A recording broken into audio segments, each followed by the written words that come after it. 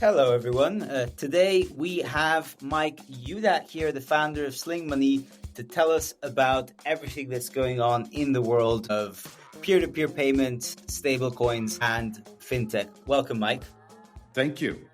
Thanks for having me. So to start off, Mike, before we go into this really interesting company which you founded, you've had a pretty illustrious career before that at Monzo, Facebook, Deliveroo. Can you tell us a little bit about the story that's led you to Sling Money and some of the things that you might have learned along the way?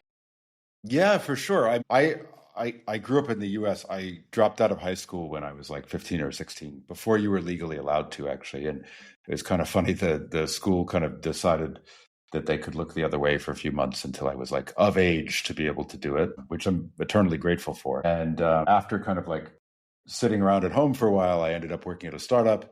And then just like I was a self-taught engineer and kind of like learned as I went. Ended up working at a bunch of different companies and then starting an online video company.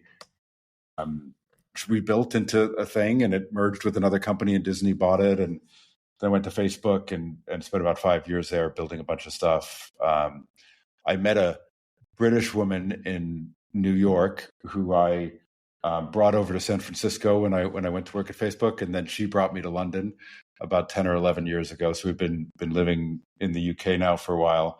I worked at Deliveroo for a while, doing product and engineering and all sorts of stuff like that, data science and so on there. And then I ended up at Monzo, which is a neobank in the UK with a very large percentage of the UK adult population as customers. It's kind of known for its user experience, quality of service. And I ended up there because Tom, the founder and the CEO, asked me to just come and kind of like advise on a bunch of stuff. And one day turned into two, turned into three, eventually turned into five. And that was my first exposure to fintech and like, banking and all that kind of stuff. And I found it fascinating. And we built a lot of really cool stuff. And then about 2.5 years ago or something like that, I started getting really interested in blockchains. I had like bought Bitcoin before, but I hadn't really like written code. I hadn't really experienced it. And I didn't know, like a lot of smart people I respected thought that everything was going to be on a blockchain in the future. And a lot of smart people I respected thought the whole thing was a Ponzi scam. And I didn't know which was true. And I decided I wanted to find out. And as part of that exploration, I ended up buying a few $1,000s worth of USDC and putting it on in a Solana wallet and sending it to a friend who was about 3,000 miles away at the time. And it took about a second and it was free. Tons of things about the experience sucked, but I was like, what? This is spectacular. And I said to him, we should just start a global Venmo. We should like build a global P2P company. And he had written the first check into Venmo back in the day, which had been started by a friend of ours. He was like, I'll wire you the money now. And I was like, don't do that yet. Let me do the work. And went and talked to the people it turned out a lot of smart people were interested in this idea. I went and talked to the people who had tried to build this at Facebook with Diem and Libra.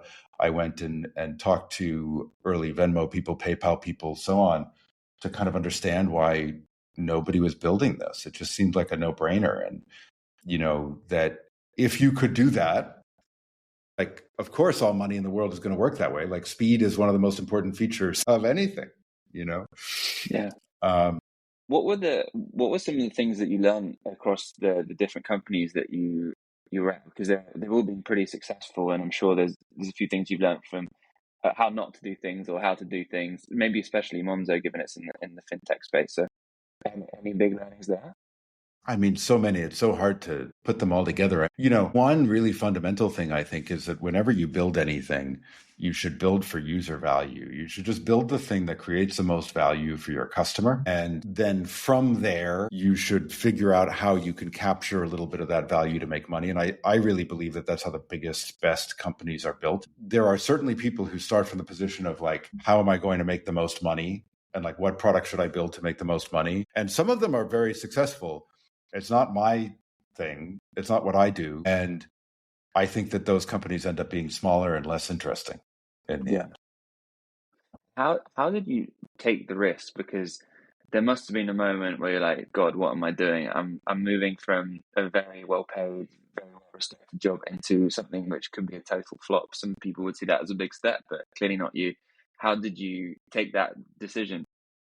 Well, I think that there are a few different pieces to that. So first of all, most startups fail. And I think if you do a startup, you have to be comfortable with the fact that you might fail. There are many different reasons why you might fail. Your idea might be bad. You may recruit the wrong team. You may not work hard enough. You might make mistakes along the way. Your timing may be wrong. There are like a million things that can go wrong. And in a startup, I think there is no shame in failure unless you fail for like really bad reasons. And I think that there are we can enumerate what those really bad reasons are and say, whatever, that's not a risk. So, you can imagine that your startup fails because you didn't work at all. I'm not going to do that. There's just a list of those things. And then the other scenarios, you were wrong about where the world was going. It's fine. And so I think that the risk associated with startup, that people just make a mistake in the way that they evaluate it. There's no shame in failure. And the other thing that is really important about a startup, and I think this is true of every single person I know who's done this and failed, is you are better at the end of it than when you started. And you are personally better at what you do. And you are also more employable. You will then get a better job after the startup than you had before. So the actual level of personal risk is fairly low as long as you work hard, and you're honest. And one of the things that you mentioned just now is there's a risk you're wrong about where you think the world is going to go. Yeah. At Sling Money, you've made a pretty, I think, bold bet and somewhat, counterintuitive, particularly when you guys founded the company. It was definitely not a consensus bet for sure where the world is going to go. Can you tell us a little bit more about Sling Money and what the sort of vision there was? Yeah. Well, we think we want to connect everyone in the world to a global instant financial system. So we think that no matter where you live, you should be able to transact with everybody else in the world instantly and basically for free. You shouldn't have to know anything about the banking system or their bank account. You shouldn't have to worry about currencies. It should be a couple taps and it should be free or almost free. It should be instant. My broad view is that this was not possible, let's say 10 years ago, because all money in the world existed either in physical artifacts or in private databases that were not compatible with each other. And then we had these kind of compatibility layers of Swift and debit cards and all that kind of stuff, connecting these private databases to each other. They're the compatibility layer. The thing that blockchains do that is fundamentally different than that is everybody exists on the same database. So you are no longer, and when I say database, a lot of people call them ledgers, right? But that's what it is. And so now with a blockchain, all of us can all be in the same database. All of our money can be in the same database, whether we are in Kenya, South Africa, Brazil, New York, it doesn't matter. Mm-hmm. And that allows a lot of things to be faster, cheaper, just generally more efficient because of the way that cryptography works, the way that this system works, the blockchain works. You can have a self-custodial wallet, which is also a really, really, really big deal. You can own your own money. You can own your own tokens. It can be yours. I want to stop you there for a second because I think that's a very important distinction. Yeah. So you mentioned, right, 10 years ago, all the world's money lived either in physical cash or in these segmented old databases across the world. Yeah. But you have the PayPals, you have the Cash Apps, you have the Venmos of the world that are one single database, and yet they've not managed to spread across the world and become, the dominant new database that everyone uses for peer-to-peer transfers. Why did they fail at that? The only difference between Cash App or PayPal and JP Morgan Chase is a slightly nicer UI, better APIs, and presumably the database software that their ledger is running on is probably a little bit newer. JP Morgan might have an IBM AS400 in the corner running DB2 or something. And Cash App is probably running MySQL across a bunch of Linux machines somewhere, right? That's the difference. They're still running private money databases. And that is very, very, very different from putting the money, the money container on a shared database across all of.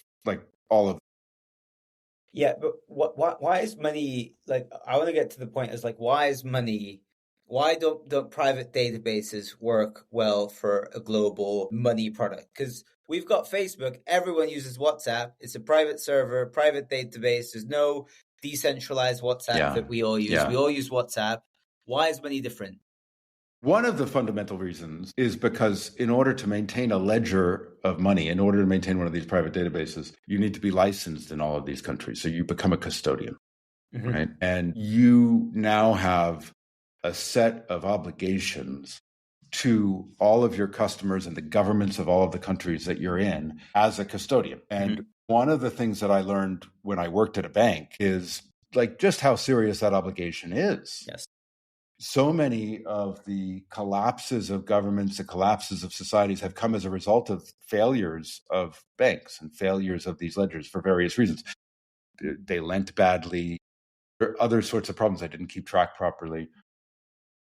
And so that's very hard to scale over a large number of places, large number of geographies, large number of jurisdictions. When you have a self-custodial money container on a shared database, it is a very, very different matter.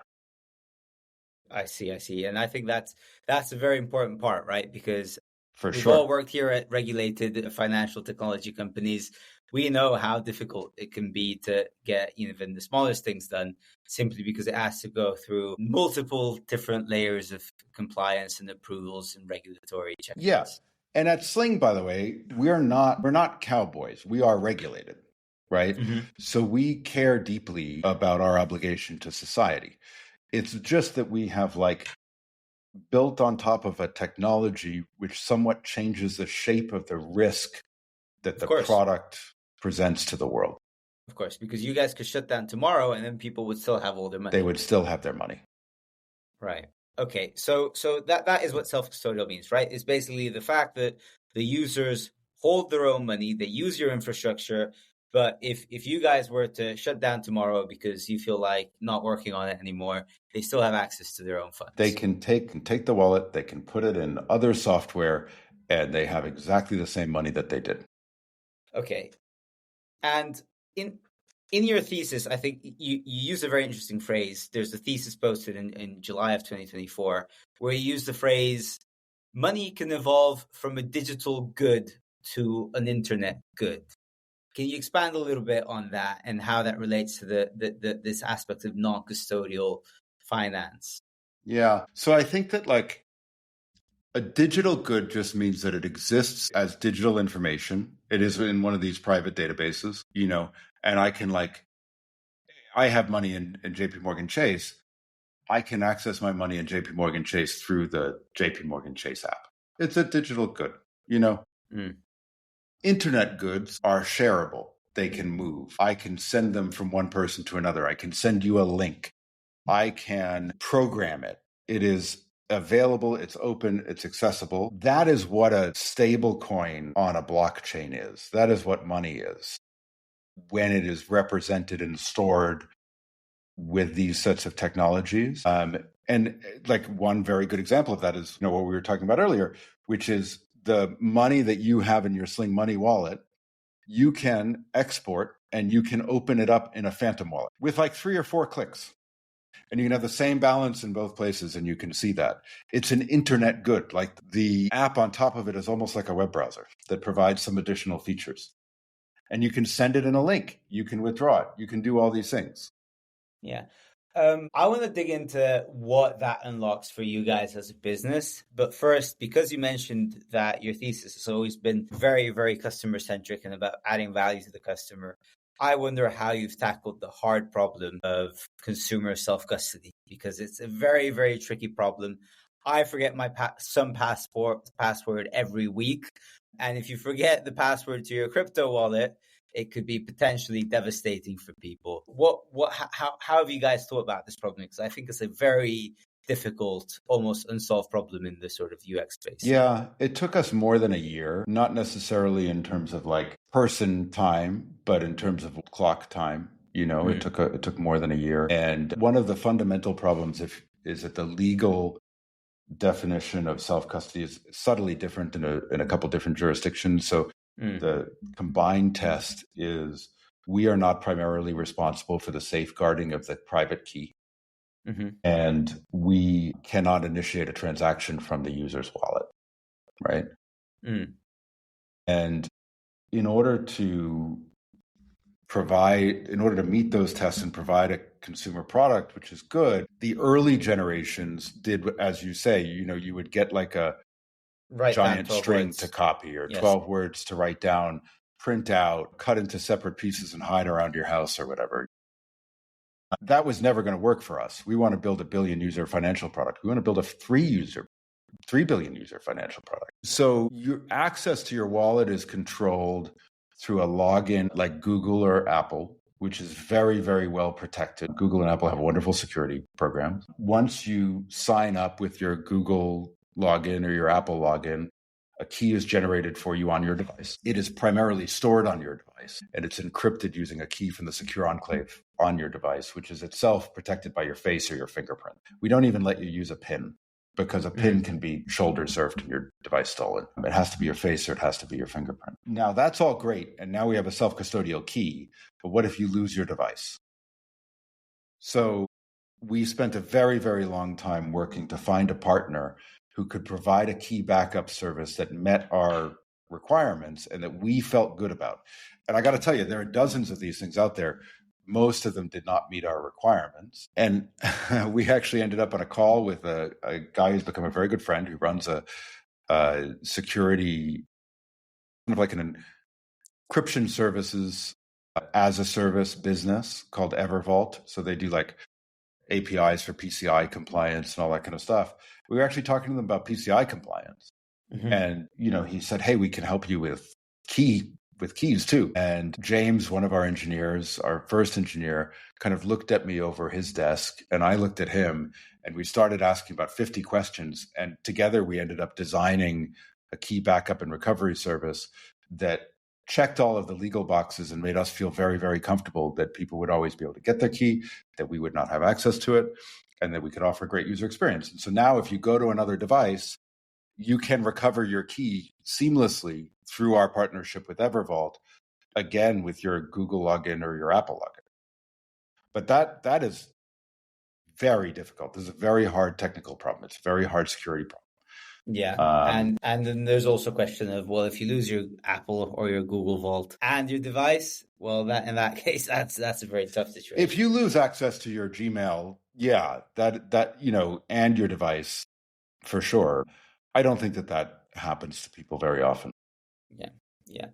Okay, so we've spoken about a little bit about the sort of technical challenges that you guys have had, particularly with user-friendly self-custody. We spoke a little bit about the big vision, which is we want to have a product, the Venmo, that is used by 3 billion people in the world. Tell us a little bit about where you guys are right now and what the road on that, till now has been like.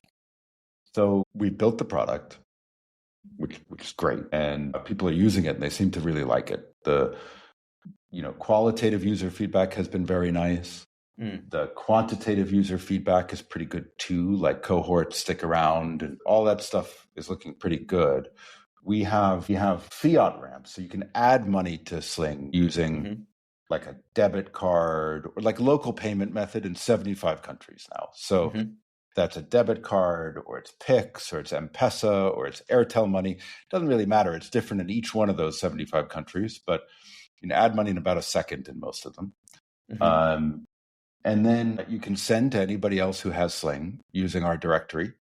All of that is self-custodial, and it doesn't matter whether you're next to them or you're 3,000 miles away. The transaction is like a second or two, and it's free. And then you can remove fiat money in any currency in any of those 75 countries again in a couple of seconds. So whether that is, again, a push to card or a bank transfer or a Pix payment or an M-Pesa payment or an Airtel money payment, it doesn't matter. You get the money. And we do all of the foreign exchange and everything in between to make that work seamlessly. And so the net result of that is, like earlier today, I moved £200 from my Chase account in New York using my debit card to my Monzo account in the UK using a faster payment in about 20 seconds. And it went through a stablecoin in the middle, and that 20 seconds includes the time it took me to tap. It was wildly fast, you know? And we've had people like buy beers for each other from thousands of miles away across multiple currencies. Like one of my favorite things is like this Dutch user of ours tweeted that Sling is so great because you can buy somebody a beer halfway around the world. And somebody in Nairobi replied and said, buy me a beer. And he was like, how much is a beer? $2. Great. So he sent him, he added like €2 to his account, sent the right number of Kenyan shillings to the guy in Nairobi, who then bought a beer and sent a photo of the beer back. Like all of that happened in like a minute or two. It's really cool. It's cool. It's cool stuff. I have about $1 on my Sling Money account. So if someone in Nairobi, Kenya is looking for a half a beer, let me know. I'll send you a bit more right now. That sounds like your marketing campaign sorted right there. Buy a beer, yeah, for sure. For sure. How have you guys been going to market? Because it's quite a crowded space. Like, how are you guys standing out? We're doing a bunch of different things. I mean, we're experimenting with a ton of stuff. You know, we removed our wait lists in September, kind of like mid-September. Since then, kind of like every metric has been growing, you know, double-digit percentage month over month steadily, you know, like really nice growth rates. We've had a couple of like big spikes as well.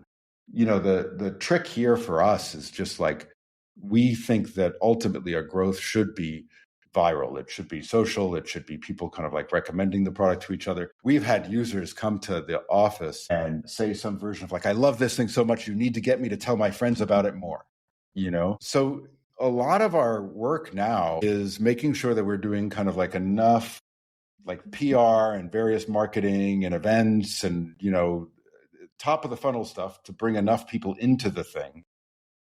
And then we have like a, you know, clear roadmap of just like thing after thing after thing to experiment to like drive that viral growth off of like contact, import, invite, you know, incentivize sharing, all sorts of the things that you would kind of expect.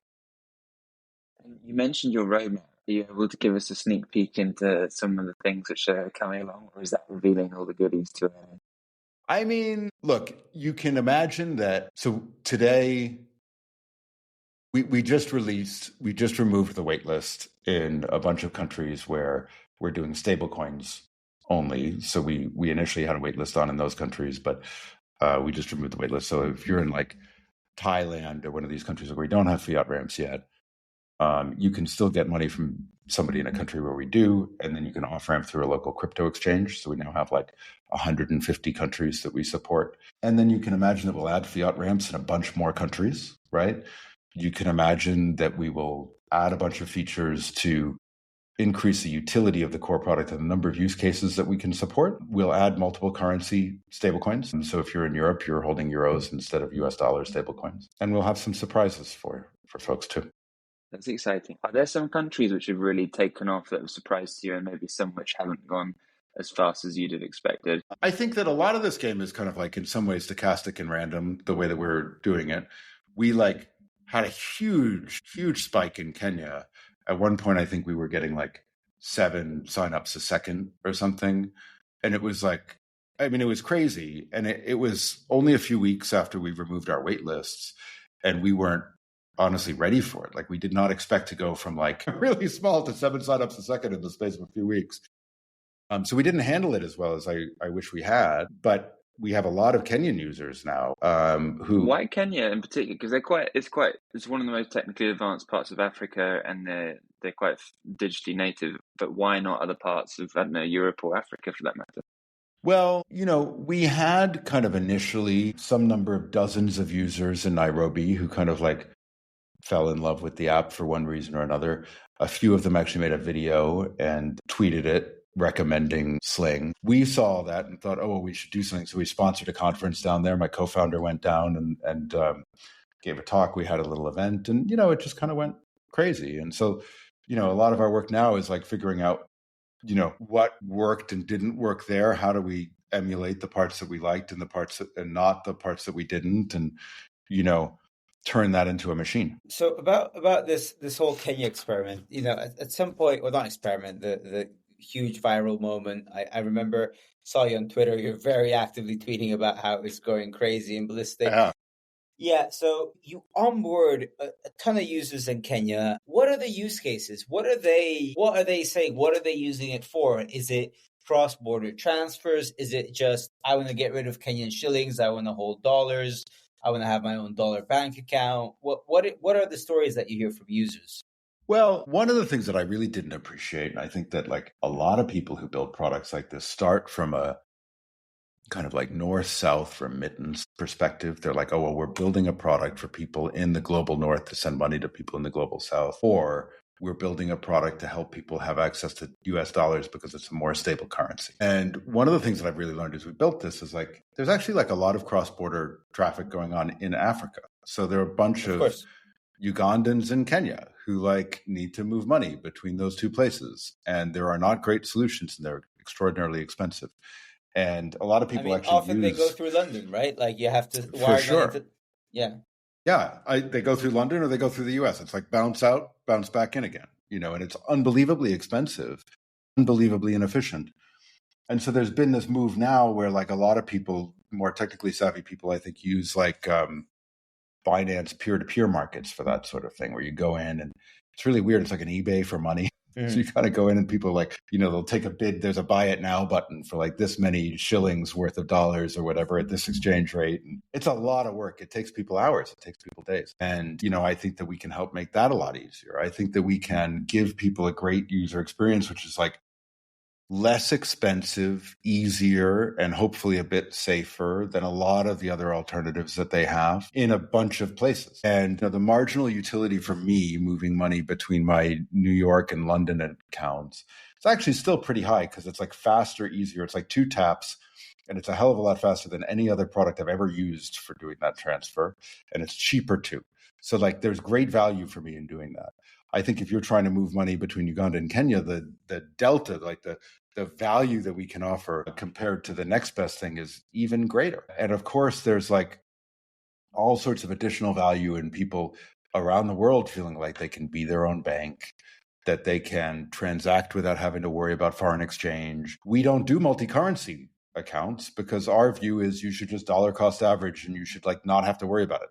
If I owe you right now 1,000, dram, 1,000 shillings, $1,000, 1,000 Canadian dollars or Australian dollars, I shouldn't have to do the math. I should just be able to plug that in and it should be figured out for me. There's like all these things that can just be made better, faster, easier, cheaper. I can see that there's a big ambition. There's a lot of things that could make our lives a lot easier. I'm very familiar with some of these problems. Received a few months ago a payment from Australia through one of the leading fintech providers, who are, by the way, great, but nevertheless the process is a big headache. It's not necessarily cheap, etc., etc. And as you said, like these like uncommon corridors are very, very complex. Like I've had to send money to and from Costa Rica a lot of the time, quite often, and it's actually pretty complicated if you're doing like Costa Rica, UK, because everyone's got the US Costa Rica bit is sorted out. Costa Rica, UK, well, you have to start finding tricks. So you've got this app. The ambition is to become the global Venmo, the global PayPal, basically the WhatsApp, I think, is maybe a better WhatsApp of money, yeah, for sure. We think about them a lot. Yeah. But how do you monetize the WhatsApp of money, right? How do you actually start at some point generating revenue? Because right now I logged in. Actually, while we were speaking, I added $10 to my Sling Money account, and I have $11 or 5 beers and a half. It says here in your fees conditions, you don't charge any fees, right? And it costs you some money for me to deposit $10 using Apple Pay. So what's the vision there? How are you guys going to be thinking about monetizing this? At what point are you going to do that? Or are you still very much in the let's grow, let's optimize, let's optimize, let's optimize? So we're We will definitely want to monetize and definitely want to make money. We'd like to do that, charging as little directly of the user at the time of transaction as possible. And that's important to us. We definitely do not want to monetize a person-to-person, peer-to-peer transaction. So once you have money on Sling, you send it to me, I send it to you. We think that should be free. That's on Solana. It costs a fraction of a penny in gas. Maybe we'll one day charge the fraction of a penny worth of gas, but like it's a fraction of a penny, you know? And then if you think about the things that cost us money, it's like adding and removing money. And like, you know, for sure, like a debit card payment has a cost, a bank transfer has a cost, M-Pesa payment has a cost. There are also things that we can make money from that don't involve directly charging a user. So, you know, you can make some money from stablecoins directly that are held in the wallet. You can, in places, make money from FX, where you get FX to the left of the mid-market rate and you sell it to the user at the mid-market rate, which means they're getting a great deal, better than anybody else is really providing. But you're still making money on that transaction because you have enough volume that you can kind of get a volume discount for whatever that FX trade is. If we were to add a debit card in the future,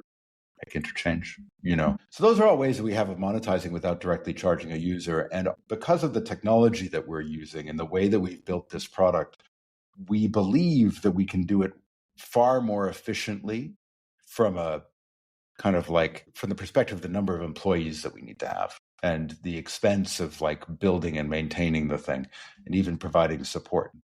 And so we've built this so far, the 150 country thing, with like 20 people, regulated in multiple countries, you know, up and running.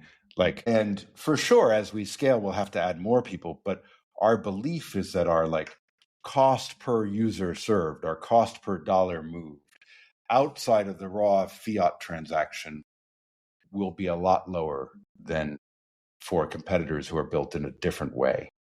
Yeah. So, yeah.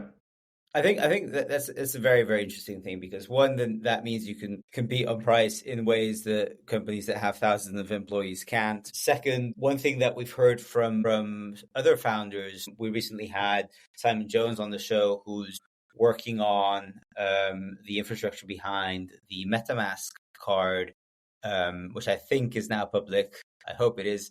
It is now. And he was telling me that, they could roll out a debit card product to 54 countries in one go. You can't really do that in most other fintech industries.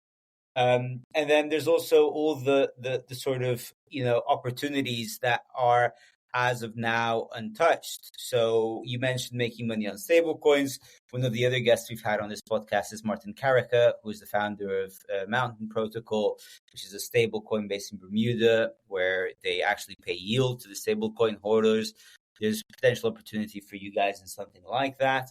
Or something in the, something like what Monzo is doing, right? Monzo is working on consumer credit right now. That's a big revenue driver for them. And maybe there's a world where you can roll out a global consumer credit product, although the compliance aspects of those might be a little bit hard. trickier. I think that global consumer credit is very hard to do. When we started Sling, we thought very deeply about what governments care about in this kind of world. And, they clearly care about AML/CTF. They clearly care about currency controls in some places. They very clearly care about credit. And we've tried to design the product in such a way that we honor the things that governments really care about. I think doing a global consumer credit product would be difficult, maybe not impossible. I don't want to say it's impossible, but it's hard.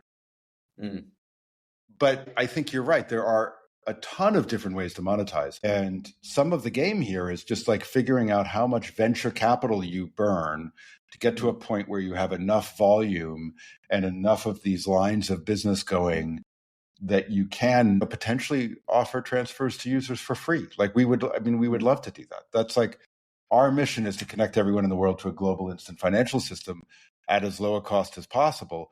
If we could do that for free and monetize indirectly, we would love it.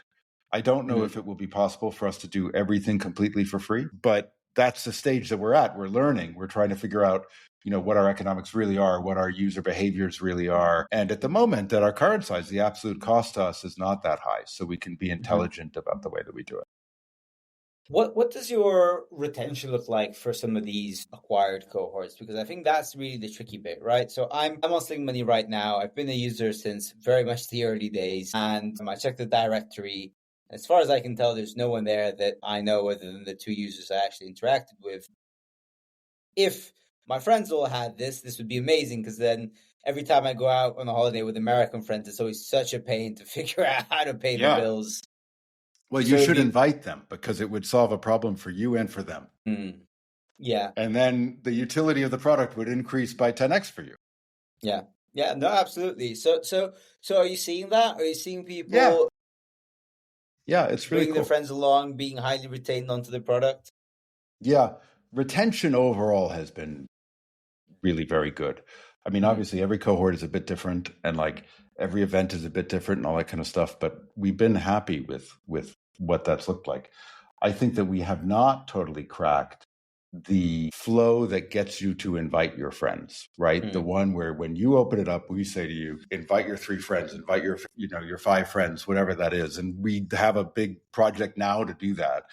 I think that a lot of our focus to date has been on making the Rails work really well, making IDV work really well, make it work in a bunch of different places. Yeah. The people who have signed up, like, have stuck around. It's really cool. Like, I don't want to get into any specific numbers necessarily, but like, I think that like it's top tier, Okay. Referrals is very interesting. I actually spend a lot of time thinking about referrals. I have done so for the last few years. But you actually said something I was surprised by. You mentioned the KYC process. I didn't realize. Do you guys do identity verification? When do you do it? Because you mentioned AML is something that people really care about. Tell us a little bit more about, because it's a bit of a tricky one. I assume that if it was self-custodial, it meant that you don't have to do all the AML stuff. But I guess when you pay money, you added money through a debit card. Yeah, that's a regulated activity in a lot of places.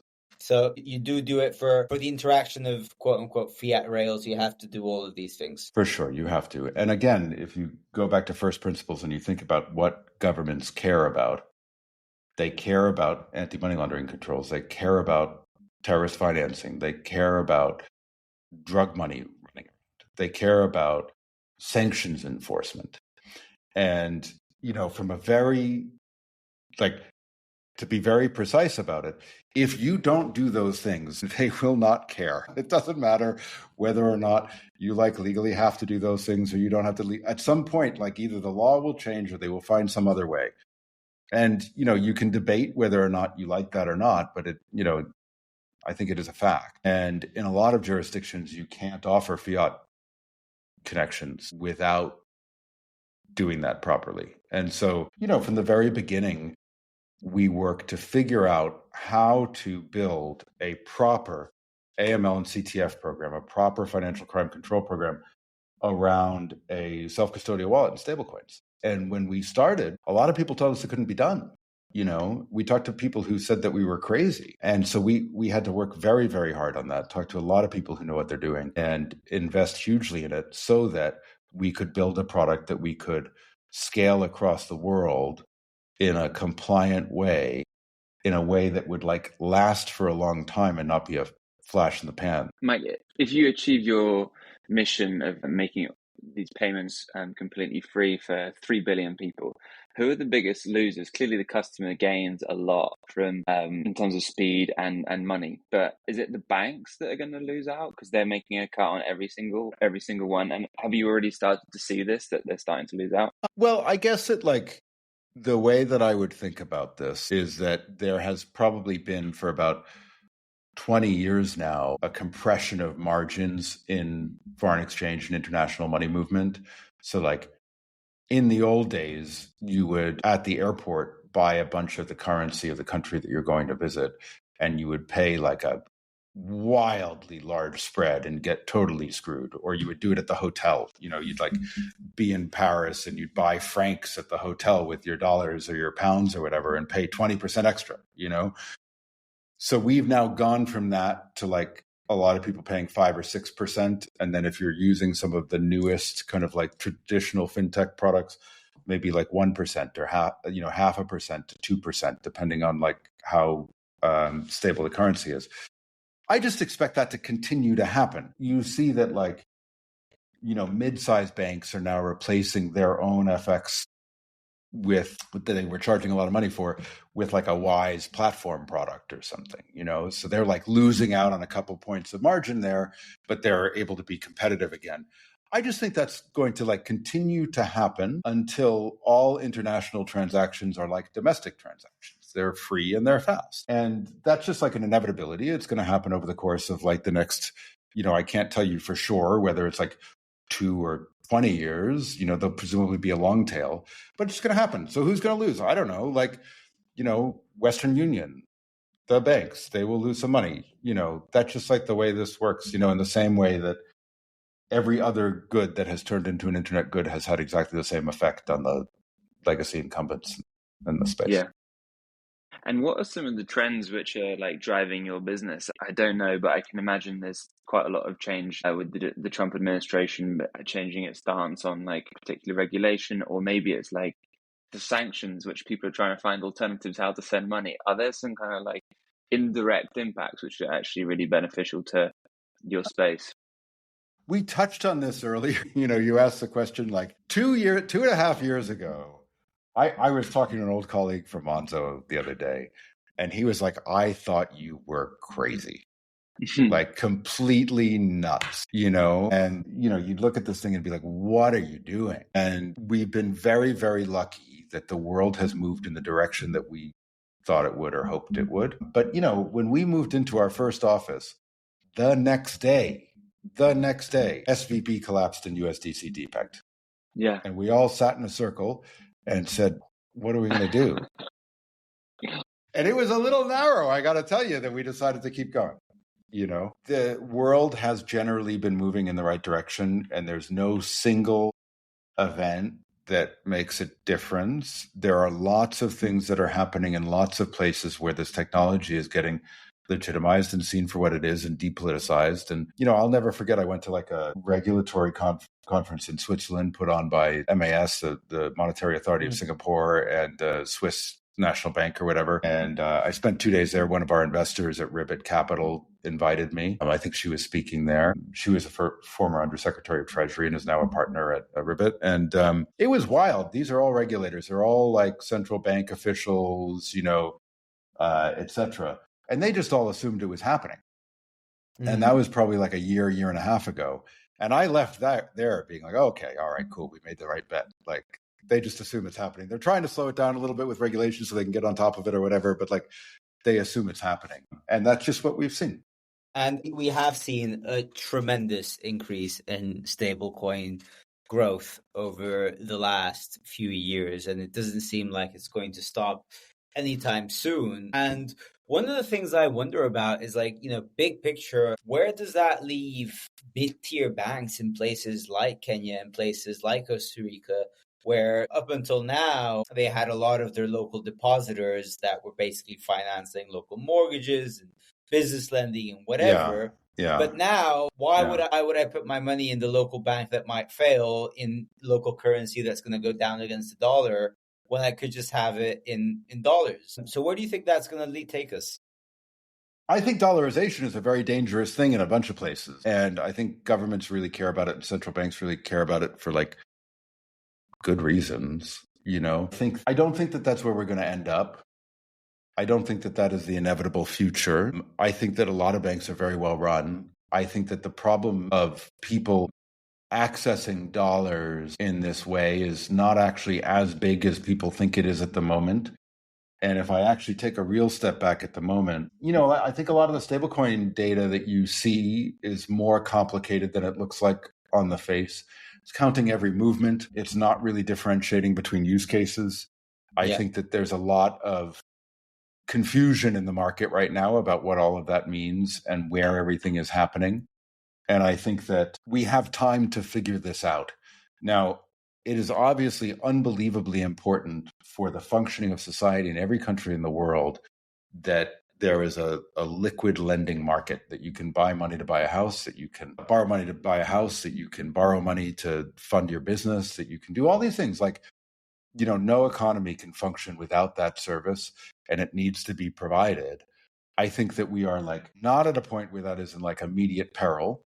I think there's tons of time, a reasonable amount of time, to figure out how all of these technologies and all these things are going to interact with each other. But the world does need to adjust somehow to a place where there is internet money, where money has been digitized in a similar way that, text and photos and video have been digitized. And that has obviously changed our discourse. It has changed so many things. I have access to way more information than before. Some of it is misinformation. I've got access to, things go viral in weird ways. The types of things that are going to happen with money, the dynamics of money, are also going to change. I think that's inevitable. Thank you very much, Mike. Mike, one last question before we wrap up.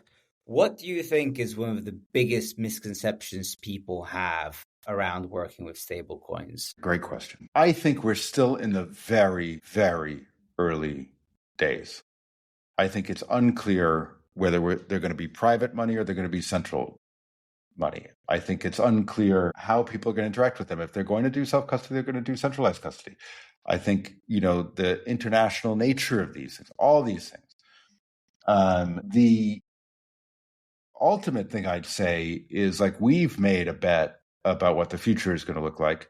For the last 2 years, the world has moved in this direction. I think it's going to continue moving in this direction. I think that there will be bumps along the way. But I believe, having worked with this technology now for the last couple of years and talked to a lot of other people about it who are doing the same, and regulators and bankers and everyone else, that pretty much all money and financial instruments in 10 or 20 years or 30 years are going to work this way. And there's an old Bill Gates quote, which is that people always underestimate the amount of change that will happen. I'm paraphrasing here, but the magnitude of the change is going to be bigger than you expect, but it might take a little bit longer. But the end state is going to be almost unrecognizable from where we are today, from what people are used to. All right, Mike, thank you very much for joining us today. It's been an absolute pleasure to talk with you about Sling Money, about stablecoins, and about bringing instant payments to 3 billion people.